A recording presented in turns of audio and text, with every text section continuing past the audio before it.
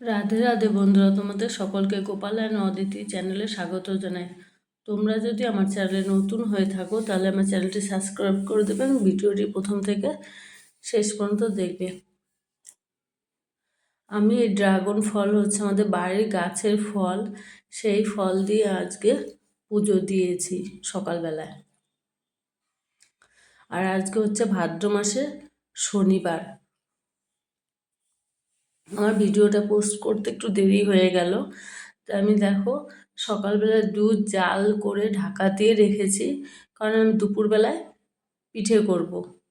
আমি দেখো দুপুরবেলা স্নান করে চলে এসেছি ঠাকুর ঘরে। এবার আমার স্বামীকে বলেছি আতপ চালটা গুঁড়ো করতে, আর আমি তালটা মাখতে বসেছি।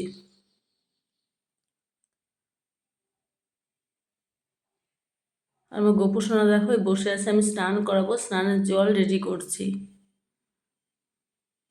স্নানের জল রেডি করে স্নান করে আমি গোপুসোনাকে সাজিয়ে বসিয়ে রেখেছি। আমি তার আগে গোপুসোনাকে স্নান করানোর আগে কিন্তু আমি তালটা গুলে রেখেছি। দেখো বাটিতে তাল, দুধ, আতপ চালের গুঁড়ো, তো ময়দা, সন্ধ্যের আগে অর্থাৎ শেয়ালে ডাক দেওয়ার আগে আমাদের এটা বানাতে হবে, মাখবো। আমাদের লাস্টের পাতা উনুনে পোড়াতে হয় 7টা পাতা। এবার আমার তো এখানে আমি গ্যাসে শনিবারে আমাদের মধ্যে পাতা পোড়ায়, গ্যাসে কোনো পাতাটা পুড়িয়ে রেখেছি, বলা হয় পাতা পোড়ানো।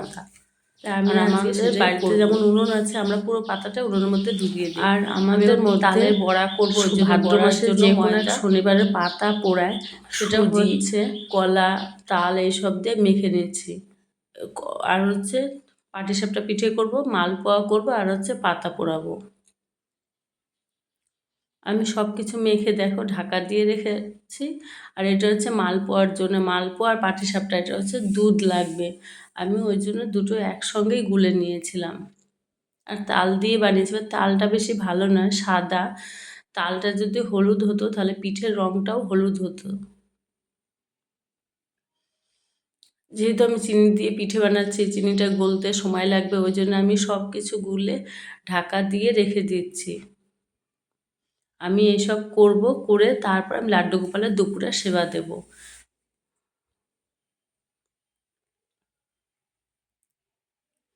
এই দিন আমার মেয়ের পরীক্ষা ছিল, ওই জন্য আমার মেয়ে থাকতে পারেনি, কিছু করতে পারেনি। আমার স্বামী আমায় সাহায্য করেছে। আর হচ্ছে সুজি দিচ্ছি, আর বড়া পিঠের মধ্যে আমি সুজি দিয়েছি।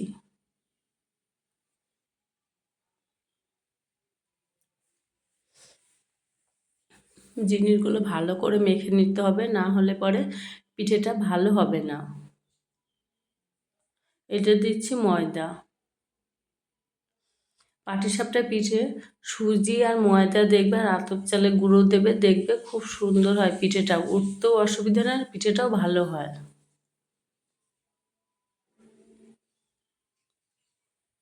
জন্মাষ্টমীর দিন লাড্ডু গোপালকে তালের বড়া পিঠে করে দেওয়া হয়েছিল, আর সেরকম কিছুই করতে পারিনি, কারণ আমার ওই দিন জ্বর ছিল। আর আজকে আমি বসেছি, আজকে হচ্ছে ভাদ্র মাসের শনিবার।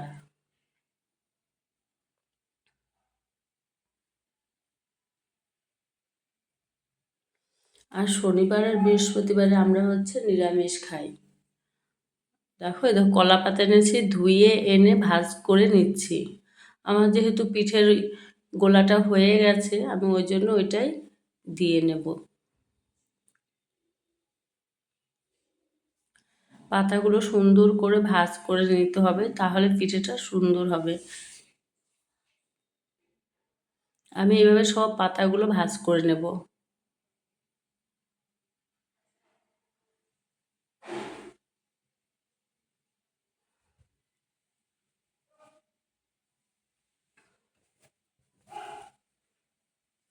এটা হচ্ছে পাতা পোড়াবো সেই পিঠের গোলা, এর মধ্যে তাল আছে, কলা আছে, আটা, একটু ময়দা আর অল্প একটু সুজি আছে।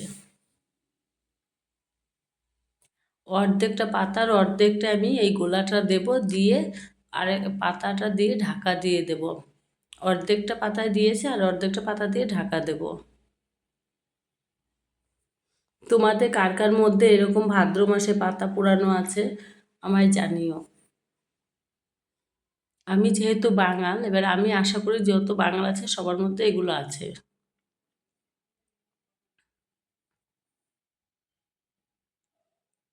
এই পাতা পোড়াটা আমার শ্বশুর বাড়িও আছে, আবার আমার বাবার বাড়িও আছে।